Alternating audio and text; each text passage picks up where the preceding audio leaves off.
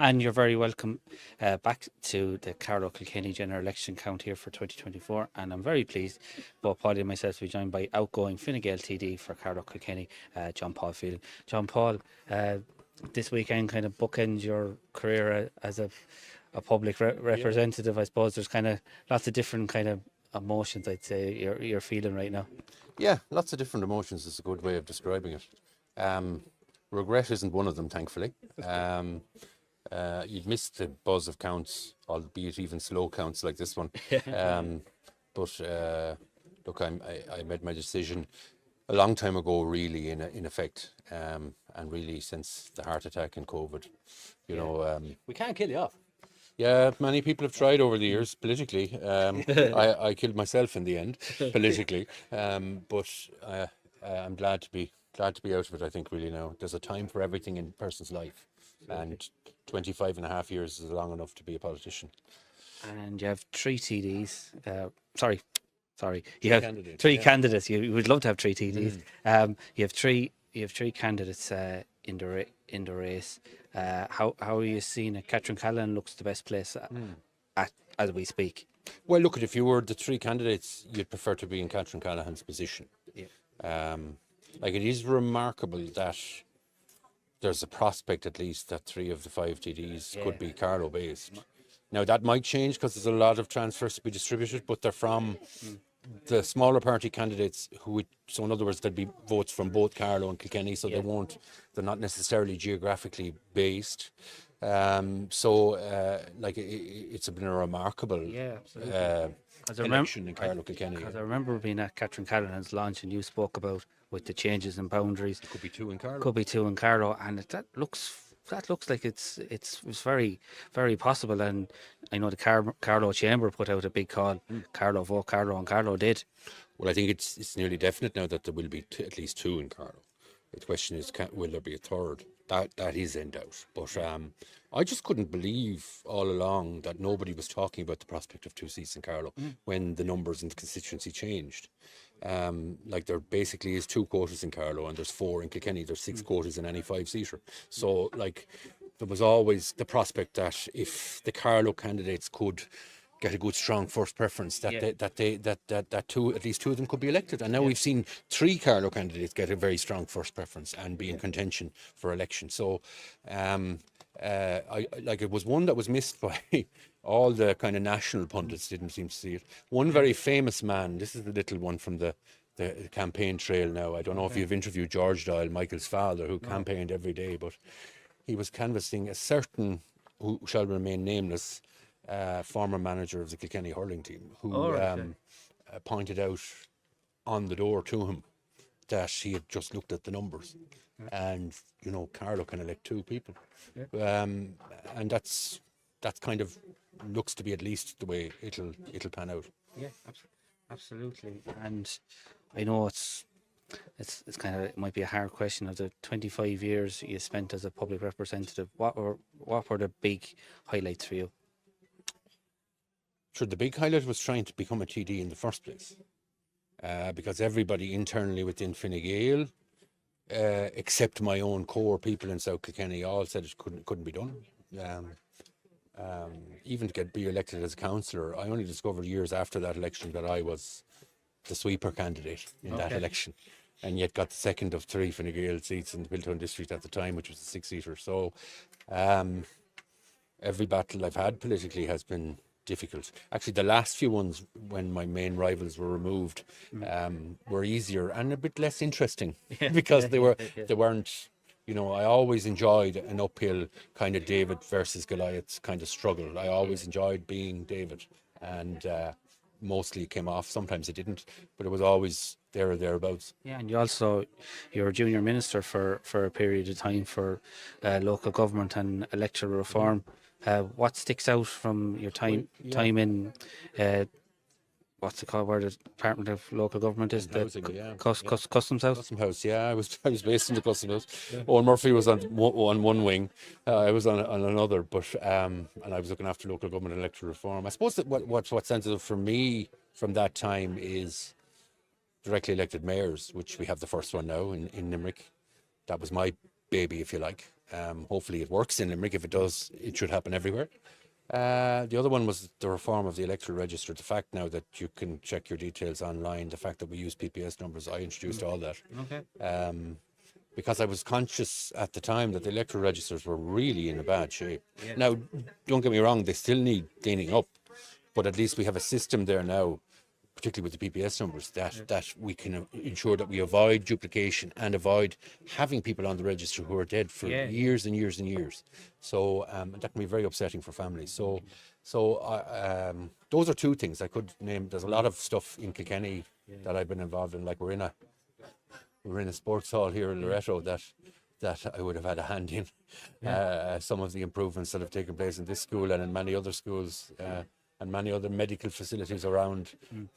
Myself and Paidi were in the van the other night, and we were talking about elections and things that have happened, and certain things like I was able to be involved in, like the development of the new St. Columbus in Thomastown, which will be there forever. Like a lot of people, not least in the medical professions in Kilkenny, didn't want the new St. Columbus to be in Thomastown. It took a hell of a battle for it to be retained. James Riley wanted to talk. It was in around 2015. It was on a list. Yeah. But even beyond that, once the battle for having it kept and even having a new one built, there was a local battle as to where it would be located. Okay, absolutely.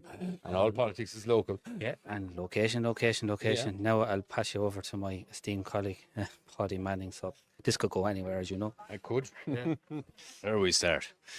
I'll give you a nice easy one. When I was a young man. It's a long time you were a young man. Nearly as long as you, Paudi. There you go. You've been around a while. Yeah. Senator since 2002. Jesus. I was in second year. You've had a few party leaders. I have. Gee, there's a question now. I know what you're going to ask me next. Who stands out or who's the best? No. You were, well, this is going to be a long one.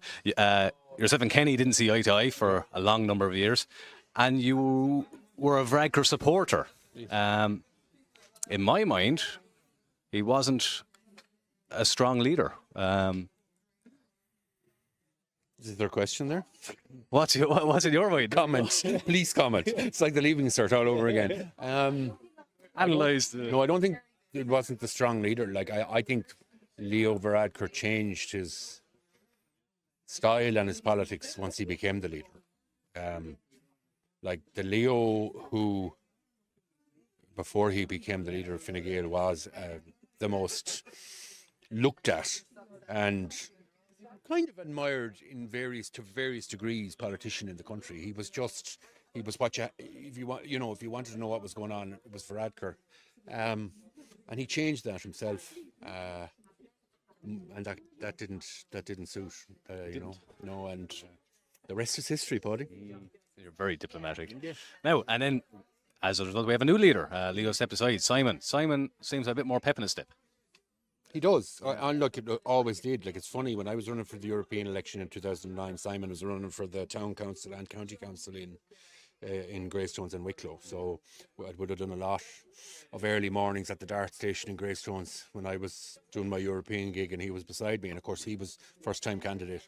We ended up getting nearly 4 quotas for the town council in Greystones, and ended up getting a council seat where it was impossible because we had 2 outgoing long-term councillors who both got re-elected, and we ended up getting 3 out of 4.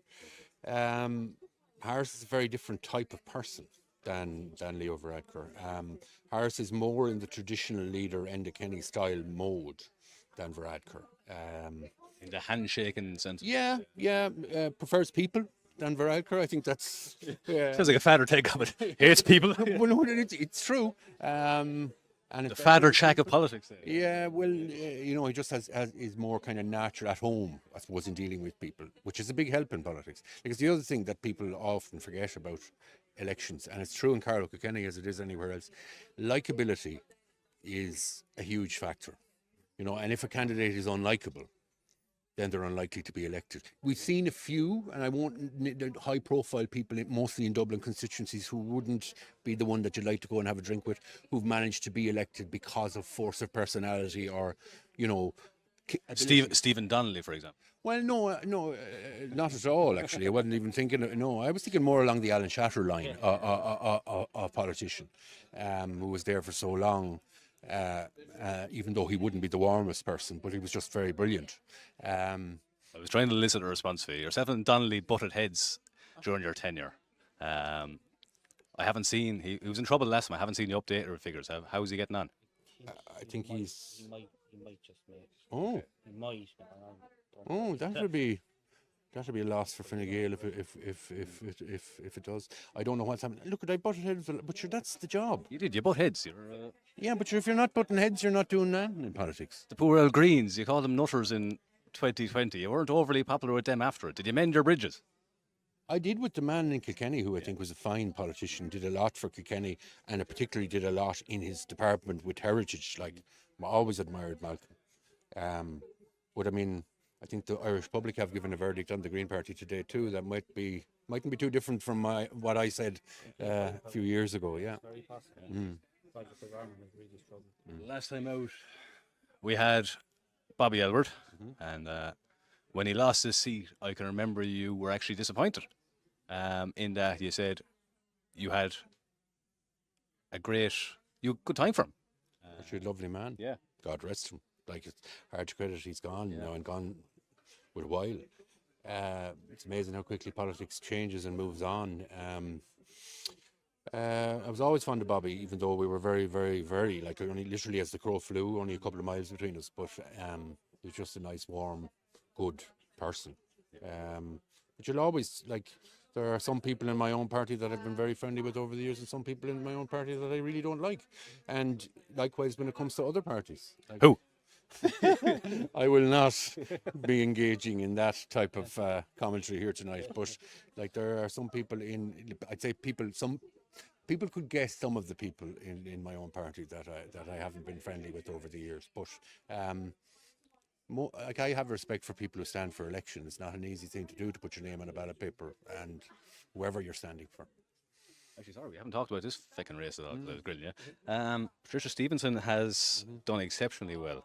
Transfer-wise, she's picked up nearly 3,000 votes. Do you reckon she can? She's passed out the two Fine Gael boys. Is she fighting for a seat? Do you reckon she's too far off? I think she's too far off. Like, if you look at the numbers of what's left, like, there's a safe Fine Gael seat, but only one. There's obviously two Fianna Fáil seats that we know of. Sinn Féin have more than enough for. Well, you would think they have more than enough if there's a decent transfer between them for a seat. So that really then, Chap Clear has been in pole position from the start. Sometimes people end up getting caught, but he's getting he's getting a sprinkle out of every elimination. And when you think about 2020, we didn't have an end to our Sock Dems here. They've taken 5,000 votes between the two of them. Like, we couldn't have told what way that was going to go. Gary O'Neill's vote, the Aintu vote, sorry, yeah. How do you reckon that's going to break? Will Sinn Féin take a chunk of it? According to what some of the initial tallies were, that it was breaking fairly evenly. Okay. But they were the initial tallies of the votes that he would have been getting on transfers.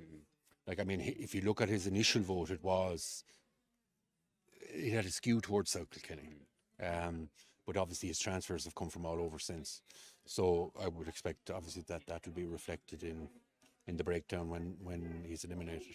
I mean, the Patricia Stevenson one is just, you know, the way there's a kind of popular view in politics that you have to be well known locally and active and involved. Yeah, it helps. Well, does it? Like, I mean, like, the opposite has helped Patricia Stevenson. You know, by all accounts, she's a good candidate. I mean, I don't know her, but like, she's got a big vote. So it kind of flies in the face of the traditional, you know, groundwork style of politics. But then again, it is, Sock Dems are having a good election. Fine Gael have three candidates. Looks like they're only going to take one seat. Down the line, do you reckon? Now, again, it's up to party HQ and the local organisation to decide this, but is there an argument made for one Carlow, one Kilkenny candidate, or does the North, does the South, and do Carlow need their own individual rep? Well, I would always favour having 3 Fine Gael candidates because there's 3 distinct parts of the constituency. I suppose the interesting thing from a Fine Gael perspective is that our vote is up nicely in Carlow, Kilkenny. Like, we've gone from 21% to 24 and a bit percent. Like, we need to be hitting 27 or 8 to win 2 seats. That's always been the case. You could be lucky or unlucky on 27, 28. Like, I think we were thereabouts in 07 and it didn't work for 2 seats. But so it's a nice recovery in numbers for Fine Gael. That's primarily in Carlow. Like, the Kilkenny result hasn't been a good one really for Fine Gael. But the bottom line is, vote is up. Seat which some people said we wouldn't retain when I announced 2 years ago is safely held. And we're going to get a 1.25, which is a good return. Like, if anyone had to have said that to Fine Gael, 6 months ago, they'd have been happy out. And my last question for you. You've retired from politics. You're obviously not of age to retire, so you're going to have to make a living for the next few years. Yes. You're married, you're after having a sprog. He's down there, he's watching, he's learning. He's with my sister, I hope. Yeah. What does the future hold for John Paul Phelan? Minding the sprog, who is Garrett, and is lovely. Hello, Garrett. We bought a house recently that needs renovation, so I'll be involved in that. I've gone back to college to study psychotherapy and counselling, which is very interesting. And obviously I'm a barrister, and I'm thinking that maybe I might dip my toe at some stage in that. But no final decisions have been made. We live a relatively modest lifestyle, so we're not going to be out on the street anytime soon. So, but I have a couple of options, I suppose. But I haven't made any definitive final decisions on anything yet, Paidi. But you'll be the first to know. Thank you very much, Sean. Right, I'll pass you back to Paul. Yes. Yeah, and I suppose at the end of the day, John Paul, the public are voting to fill seats, and when these seats are filled, it's up to those sitting in those seats to come together and form a government. Looks like Fianna Fáil and Fine Gael will be in coalition with a third stool or third part.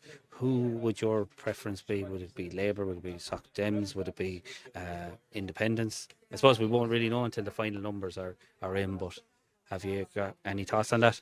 My preference would be that Fine Gael wouldn't be in government. Really? We haven't had a very successful election, but it has, where it looked a year ago, it's successful by that judgment. But I think that we've been in power now since 2011, so obviously we're heading to nearly the 14 full years. So I think it might be time not to be in power, but I'm conscious of the fact that I have no influence whatsoever. Some would argue that I never really had much influence on those types of decisions anyway, but that'll be my preference. Be interesting, because you're the first Fine Gael rep that we've had on in this programme that is actually saying no, we should go into opposition. Well, it's funny. If that's the case, that's funny, because after the last general election we had a Fine Gael constituency meeting in the Lord Bagnall in Carlow, where it was a unanimous view of all present, who included all the Fine Gael public reps in the constituency, that we should go into opposition after the last election. So I'm surprised that, but I have a long memory. Well, I was going to call you Deputy John Paul Phelan, but former Deputy John Paul Phelan TD. We wish you every success for the future, and once also said thanks very much for all the support you've given the Irish Political Roundup over the last number of years, and we wish you every success for the future. Thank you.